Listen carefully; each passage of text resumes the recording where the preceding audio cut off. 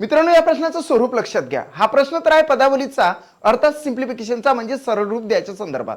मात्र या ठिकाणी आपल्याला ऑप्शन मध्ये या चिन्हांची कोणत्या दोन चिन्हांची अदलाबदल केल्यास त्याचं उत्तर 19 येते हे व्हेरीफाय करण्यासाठी विचारलेलं आहे. आपण काय करणार आहोत की सर्वप्रथम अशा प्रकारच्या प्रश्नासाठी काय करायचं, 1 पासून सुरुवात न करता 3 पासून सुरुवात करायची किंवा 2 पासून सुरुवात करायची. या ठिकाणी बघा, जर आपण हा 3 घेतला तर 3 मध्ये प्लसचा मायनस करायचं आणि मायनसचं प्लस करायचं. आता या ठिकाणी प्लसचं मायनस केलं आणि मायनसचं प्लस केलं तर काय देते बघूया. या ठिकाणी बघा, बॉडमाच्या नियमानुसार सर्वप्रथम आपल्याला हे सोडवावं लागेल. ज्या ठिकाणी येतात 2, आता 2 आल्यानंतर नंतर गुणाकार घ्यावा लागेल. बे एक बे म्हणजे 2 आले पुन्हा. मग शेवटी 5 वजा 4 अधिक 2 म्हणजे 19 येते का, चेक करूया.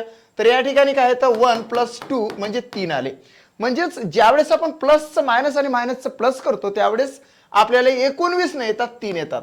म्हणजेच 19 येत नाही तर 3 येतात. म्हणून हे जे ऑप्शन आहे ते रॉंग झालं. मग आपण काय करतो की चौथं सोडून बघू, नाही तर दुसऱ्याकडेच जाऊ व्हेरीफाय करण्यासाठी. तर मी गेलो 2 नंबरमध्ये. आता 2 नंबरचं ऑप्शन आपण व्हेरीफाय करून बघू. गुणाकाराच्या जागेवर प्लस आणि प्लसच्या जागेवर गुणाकार, म्हणजे या ठिकाणी गुणाकार होईल आणि या ठिकाणी प्लस होईल. आता बघा काय होणार की हे सर्वप्रथम बॉडमाच्या नियमानुसार करावं लागेल. 3 दोन्ही काय झाले तर 6 झाले. देन बॉडमाच्या नियमानुसार भागाकाराच्या नंतर गुणाकार येते म्हणजे 5 चूक किती झाले हे 20. लास्ट मध्ये 20 वजा 2 अधिक 1 बरोबर 19 येते का ते बघूया आपण. आता या ठिकाणी बघा, 20 वजा 2 म्हणजे 18 झाले. 18 प्लस 1 म्हणजे 19.